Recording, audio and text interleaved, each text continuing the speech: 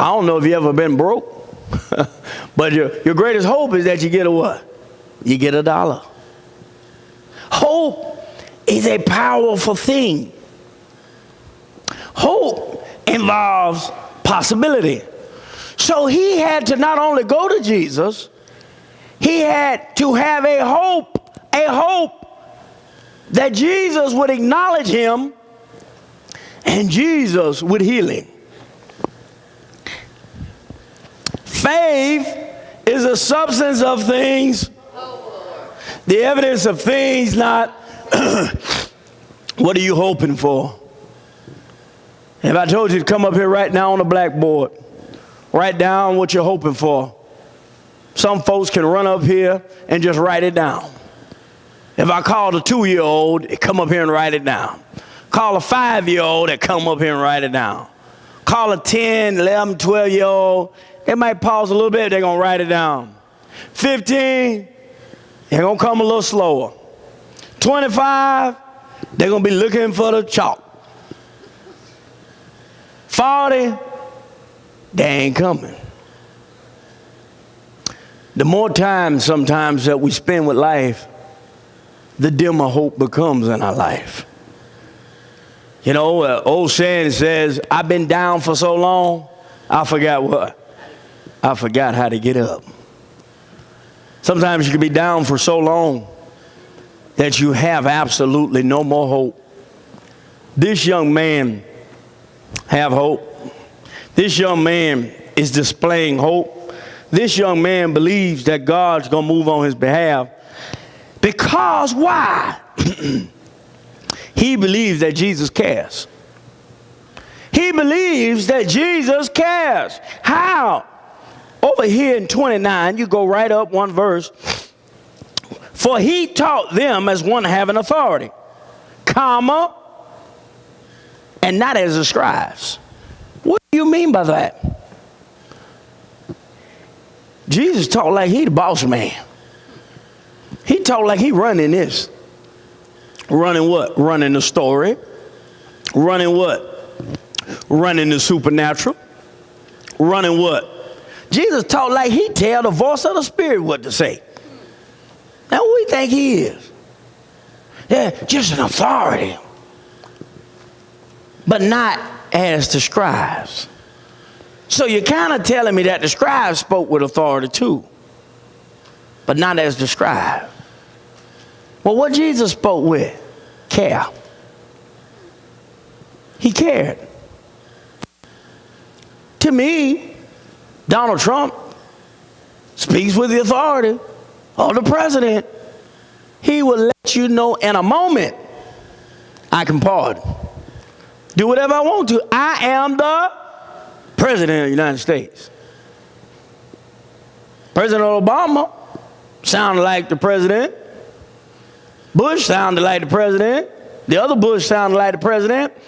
But when we come through all of these presidents, some Democrat, some Republican, what's the difference?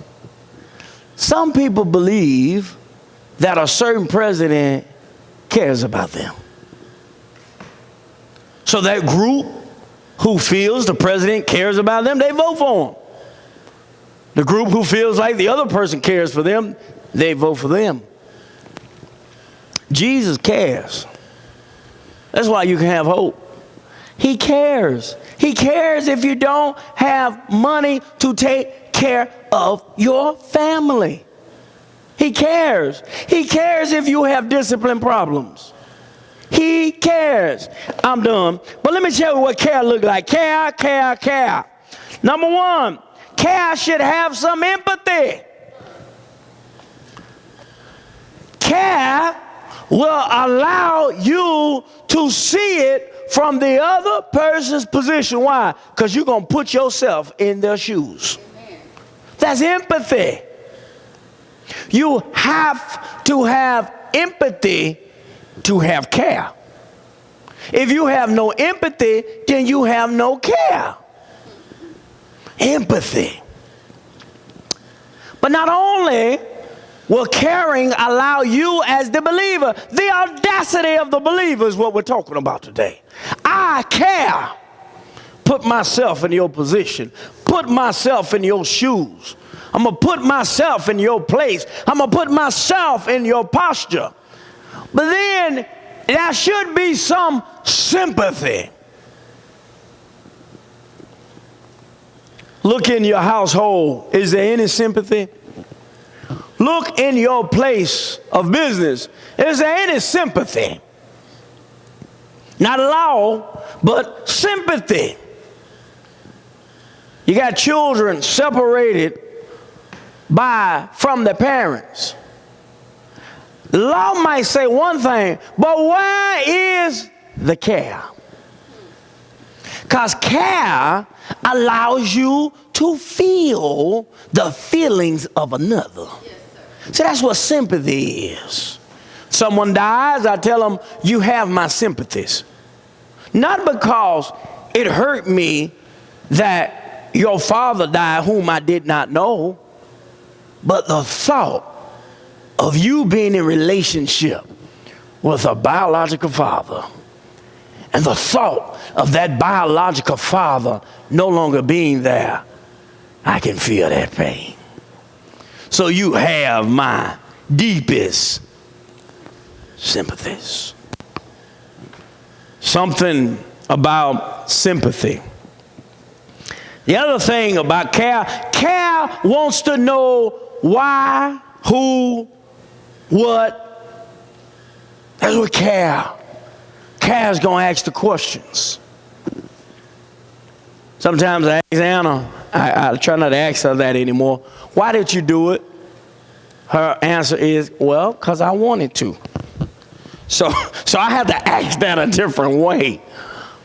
But I'm asking her because I care. I care to get to the root of why you're behaving improperly. Now I move past that question. I just give her a statement. Do not do that because that is wrong. Do this because this is right. And so we coach up like that. But I'm talking about care. I'm talking about love. I'm talking about empathy. I'm talking about sympathy. And when you're dealing with Christ, you must understand that he cares. Over there in 1 Peter 5, 1 Peter, it says, cast all your cares upon Christ because he what? He cares for you. Casting all your cares, casting all your anxiety, casting all of your pains on Christ. How can you cast everything upon Christ? You can cast it because you understand he cares for. Yeah.